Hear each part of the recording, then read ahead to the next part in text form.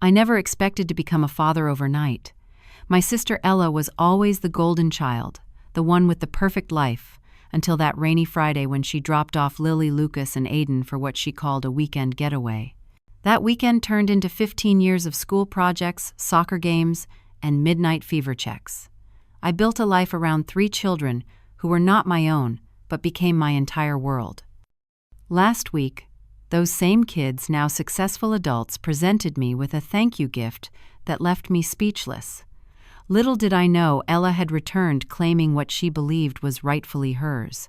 If you're watching this story about family betrayal and redemption, take a second to let me know where you're viewing from, and hit that subscribe button as I share how my sister's abandonment changed all our lives. Forever. Growing up in our middle-class neighborhood in Michigan, Ella was always 7 years ahead of me in everything. 7 years older, 7 years wiser, and infinitely more beloved by our parents. While I struggled through algebra and awkward school dances, she glided through life collecting achievements and admiration. Our parents never tried to hide their preference, constantly holding up her accomplishments as the standard I should strive for.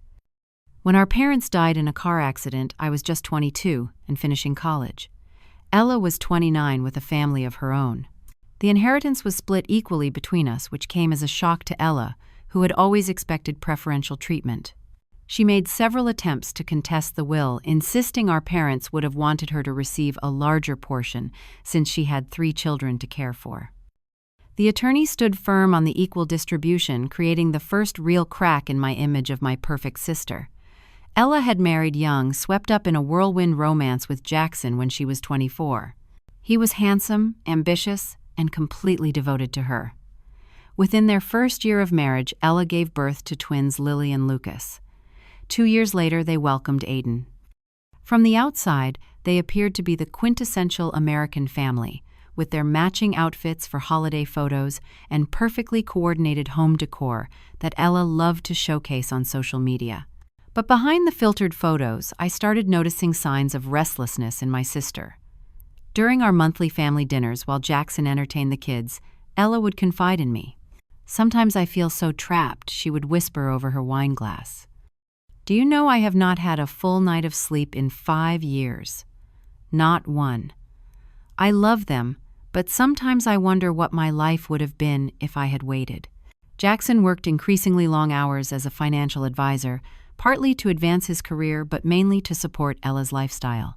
She had expensive taste in everything from furniture to vacations and refused to adjust their spending habits after having children. The kids became frequent visitors at my apartment. Initially, it was just occasional weekends when Ella and Jackson had events. Then it became weeknight drop-offs because Ella had mom group gatherings. Eventually, it became so routine that I kept spare clothes and favorite toys at my place for them. "You're so good with them," Ella would say, not as a compliment, but as justification. "They prefer being with you anyway." The night everything changed began with thunder rattling my windows. Ella arrived at 8:30 p.m. All 3 sleepy children in tow, along with what seemed like excessive luggage for a weekend. The twins were 7 at the time, and Aiden was 5. "Jackson and I are going to that couple's retreat I told you about," she explained hurriedly, not meeting my eyes. "We will be back Sunday night. There is no cell service there, so do not bother trying to call." Lucas tugged on my sleeve. "Uncle Mommy said we get to stay for a super long sleepover." Something in his phrasing gave me pause, but before I could question Ella further, she was out the door with a quick wave. The kids settled in easily enough, accustomed to staying with me. Monday morning, my phone rang at 6:15 a.m. It was Jackson, frantic and confused. "Is Ella with you? Are the kids okay?" The panic in his voice sent chills through me. "She dropped them here Friday. Said you two were going to a retreat." The silence that followed told me everything.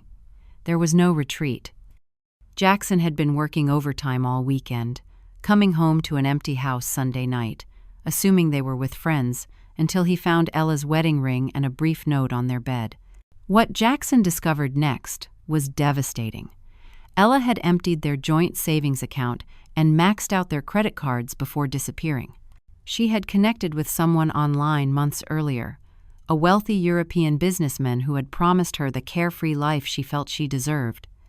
Jackson spent the next 48 hours driving to every location Ella had ever mentioned, calling every friend and relative. Exhausted and emotionally shattered, he lost control of his car on a rain-slicked highway. When I arrived at the hospital, the doctors were not optimistic. "The kids," he whispered when I was finally allowed to see him. "Promise me you will take care of them if I do not make it." In that sterile hospital room with monitors beeping and the faint smell of antiseptic in the air, I made a promise that would redefine my life entirely. My apartment became command central for childhood chaos overnight. One bathroom for 4 people with my single bedroom surrendered to the twins while Aiden bunked with me. The pull-out couch became my new bed, and the coffee table transformed into homework central. The first morning after Jackson slipped into a coma, I sat the children down for breakfast. "Your daddy is very sick in the hospital," I explained, choosing my words carefully, "and your mommy had to go away for a while. So you will be staying with me, and I promise I will take good care of you." "When is mommy coming back?" Aiden asked, his spoon frozen midway to his mouth. The truth was, I had no idea. Every attempt to contact Ella had failed. Her social media accounts had been deactivated, and the few messages I managed to send to her email went unanswered. "I am not sure, buddy, but we are going to be okay." Balancing remote work as a software engineer with sudden parenthood proved nearly impossible. I would code in frantic bursts during nap times for Aiden and after the twins went to bed. Meetings were often interrupted by squabbles or requests for snacks. My boss was understanding at first, but as days turned to weeks, his patience wore thin. "Listen, I know you are in a tough spot," he said during one particularly difficult call where Lucas had decided to practice his recorder skills in the background. "But we need reliability. Either find a better arrangement or we might need to discuss your position." The learning curve was vertical. I watched YouTube tutorials on how to braid Lily's hair, frantically researched nutritious meals that children would actually eat, and studied bedtime routines that might minimize nightmares and middle-of-the-night wanderings. Every day brought new challenges. Lucas refused to wear anything but his Superman shirt, which required nightly washing. Lily developed separation anxiety and would burst into tears whenever I moved out of her sight. Aiden began wetting the bed, his little body processing trauma in its own way. 14 days after the accident, Jackson developed a severe infection. His already weakened body could not fight it off. The doctors called me to come quickly, and I made the difficult decision to bring the children to say goodbye. They should have a chance to say goodbye properly, the child psychologist at the hospital advised. It will be difficult, but important for their grieving process. Watching 3 small children say goodbye to their father was the most heartbreaking experience of my life. Lucas tried to be brave, standing stiffly by the bed. Lily crawled up beside Jackson, careful of the tubes, and sang him the lullaby he used to sing to her. Aiden just stood there, clutching my hand, too young to fully comprehend what was happening. Jackson managed to open his eyes briefly. He looked at each child, then at me. "Love them," he whispered. "They are yours now." "I trust you." Those were his last coherent words. He passed away the next morning while the kids were eating breakfast in the hospital cafeteria. The funeral was small but dignified. I used most of my savings to give Jackson a proper service, knowing it was the last thing I could do for my friend. Explaining death to children proved to be an impossible task. How do you make sense of something so senseless?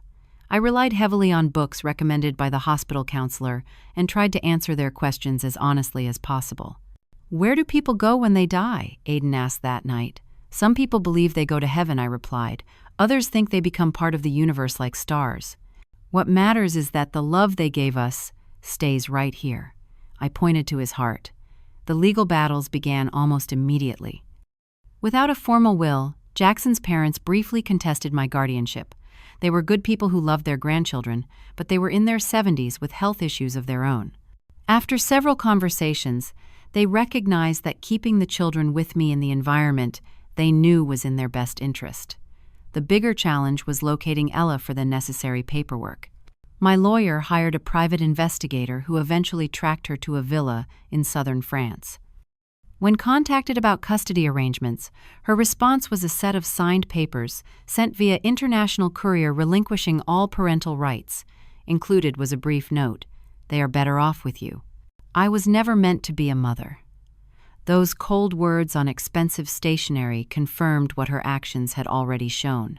With the legal hurdles cleared, I sold my apartment and purchased a small 3-bedroom house in a more affordable neighborhood.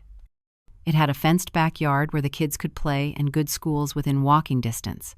Creating a stable home environment became my obsession. I established consistent routines from morning preparations to evening wind-down. We created new family traditions like Sunday pancake breakfasts and monthly adventure days where each child took turns choosing an activity. The children's emotional recovery was uneven. Lucas developed anger issues, lashing out at classmates and retreating into stony silence at home. Lily became the peacemaker, constantly trying to make everyone happy, taking on responsibilities far beyond her years. Aiden attached himself to me, completely panicking if I was late picking him up from school.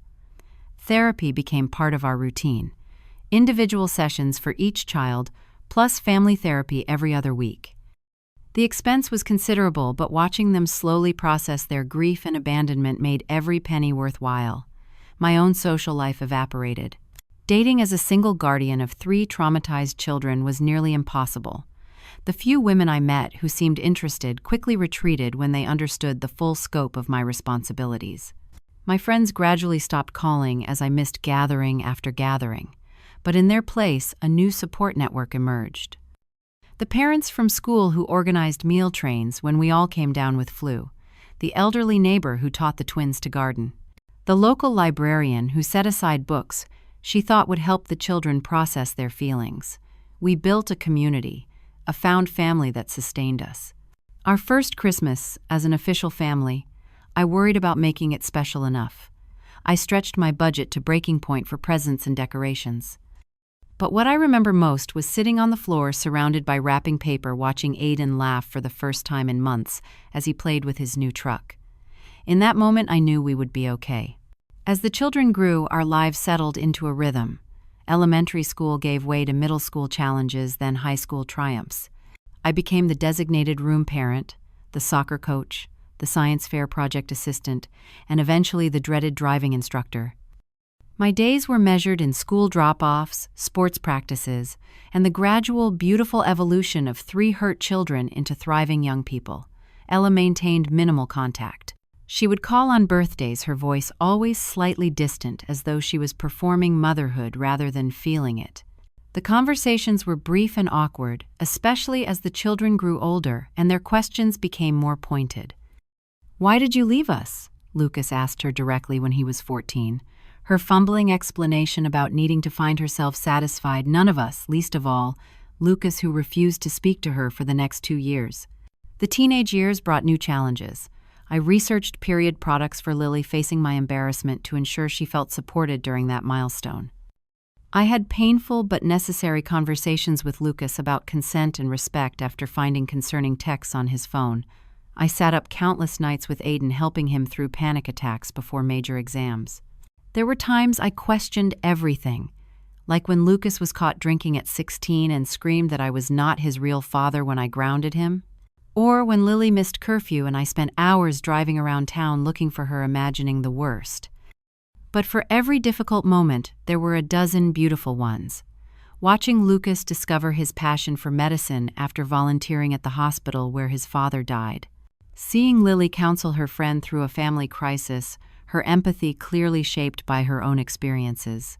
Helping Aiden build his first website, his creativity and technical skill merging into what would eventually become his career. College application season was a whirlwind of essays, campus visits, and anxious waiting. When acceptance letters arrived, we celebrated each one regardless of the school. Lucas was accepted to medical school on his first try. Lily pursued psychology with a focus on childhood trauma. Aiden turned down college offers to develop his tech startup, which secured first-round funding before he would have completed freshman year. Even as they moved into dorms and apartments, our connection remained unbreakable. Sunday dinners became sacred, either in person or via video call. Holiday traditions continued evolving to accommodate their growing independence, but still centered around the family we had created. Last month marked 15 years since I had become their guardian. The children, now adults of 22 and 20, organized what they called a family anniversary celebration. They reserved a private room at my favorite restaurant and invited the people who had supported us through the years. "We have a special presentation," Lucas announced after dinner. The three siblings stood together, Lily holding a large envelope. 15 years ago, you took in 3 broken children and gave us a home, an identity, and a future. Lily began, her voice steady despite the tears in her eyes. You sacrificed everything for us without ever making us feel like burdens. Aiden continued.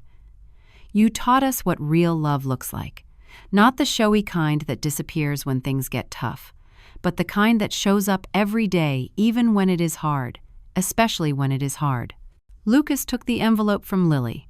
We can never repay what you have given us, but we wanted to show our gratitude in a tangible way. Inside the envelope was a check for $150,000. Each of them had contributed their first significant earnings. Lucas from his medical research stipend, Lily from her fellowship, and Aiden from his first major app sale. This is too much, I protested, trying to hand it back. You should be saving for your futures. You are our future, Lily said simply. You gave us yours. Please accept this. It is not nearly enough, but it is a start. That night, after everyone had gone home, I sat alone looking at the check, overwhelmed by emotion. These amazing young adults had chosen to honor me in this way, and nothing in my life had ever felt more meaningful. The next morning, a knock at the door shattered my peaceful reflection. When I opened it, I found myself staring into a face I knew as well as my own, though time had changed it. Ella stood on my doorstep, designer sunglasses perched on her head, an expensive leather bag over her arm. She looked good if older than her 44 years, with carefully maintained blonde hair and the kind of tan that comes from regular vacations. Hello, little brother, she said with a smile that did not quite reach her eyes. It has been too long. I invited her in shock, making my movements mechanical. She explained that her relationship in Europe had ended badly. Her partner had controlled all the money, and with the prenuptial agreement she had signed, she was left with very little after the divorce. So I thought it was time to come home, she concluded, glancing around the living room with its wall of graduation photos and sports trophies, to reconnect with my children. Initially, her tears seemed genuine. She expressed regret for her absence, asked detailed questions about each child's life and achievements. I began to hope that perhaps she had truly changed, that the children might have a chance at healing their relationship with their mother. Then she saw the card that had accompanied the check still sitting on my coffee table. She picked it up, reading the heartfelt message inside. They gave you money, she asked, her tone shifting subtly. When I reluctantly explained about the gift, her entire demeanor changed. That is actually perfect timing, she said, setting down the card. I have been struggling to get back on my feet. Since half of that money rightfully belongs to me as their biological mother, I can use my portion to start over here. When I expressed my disbelief at her claim, she became increasingly agitated. I carried them for 9 months. I have rights. In fact, I have been speaking with a lawyer about contesting the adoption. It was completed while I was emotionally unstable, you know. Very questionable legality. As she outlined her plan to claim half the gift as her due, I felt a familiar sensation, one I thought I had outgrown years ago, the feeling of being manipulated by my sister once again. I called an emergency family meeting that evening. The children needed to be part of this decision, and we had always faced challenges together. They arrived looking concerned, having received my uncharacteristically urgent text. Their reactions to learning about Ella's return were as varied as their personalities. Lucas paced the kitchen, anger radiating from him in waves. Lily sat quietly, methodically shredding a napkin into tiny pieces. Aiden plugged in his laptop and began researching legal precedents regarding contested adoptions, his way of processing through information. She has no right, Lucas finally exploded. None. Where was she when Aiden had pneumonia, and you stayed up for 3 days straight? Where was she during Lily's anxiety attacks before every dance recital? Where was she when you worked 2 jobs to put me through college prep courses? Lily placed a calming hand on her brother's arm. What exactly does she want? I explained Ella's demand for half the money and her threat to legally challenge the adoption. Aiden looked up from his computer with a small smile. That is an empty threat. The statute of limitations for contesting an adoption in our state is 1 year. She is about 14 years too late. We decided to present a united front. I would meet with Ella the following day with all 3 children present. We would offer her something, but not what she demanded, and with clear conditions attached. The coffee shop was neutral territory. We arrived early, claiming a corner table with good visibility. When Ella walked in, she faltered slightly at seeing all 4 of us waiting. She had clearly expected to manipulate me alone. Each child took a turn speaking. Lucas went first, his words precise and cutting as he detailed the impact of her abandonment. The birthdays and graduations missed the father they had lost, in part because of her selfishness. Lily spoke of forgiveness not for Ella's benefit, but for their own healing. "We have built beautiful lives despite your absence, not because of it," she concluded. "Any relationship we might have moving forward will be on our terms, not yours." Aiden, always the pragmatist, presented their offer. They would provide Ella with $20,000 as seed money to restart her life contingent upon her enrollment in therapy, and a demonstrated commitment to rebuilding relationships properly without financial motivation. "Take it or leave it," he said, sliding the proposal across the table. "But understand that any legal action will result in this offer being withdrawn permanently." Ella's reaction cycled rapidly between indignation and calculation. I could see her weighing her options, realizing that her leverage was non-existent. These were not the malleable children she had abandoned, but confident adults united in their boundaries. "I am your mother," she said finally, her voice breaking. "Does that mean nothing to you? You gave birth to us," Lucas corrected. He pointed to me as our parent. "There is a difference." In that moment, something shifted in Ella's expression, perhaps the first genuine emotion I had seen since her return. Recognition maybe of all she had thrown away, or possibly just the realization that her plan had failed. "I did love you," she whispered. "I just could not be what you needed." "We know," Lily said gently. "And we hope you find peace with that, but you cannot buy your way back into our lives with guilt or threats." We left Ella with the written proposal and our contact information. I told her the door was open for a relationship, but not for exploitation. She did not follow us out. The weeks that followed were emotionally turbulent. Each of us processed Ella's return differently. Lucas threw himself into his hospital rotations, working extra shifts to avoid thinking about it.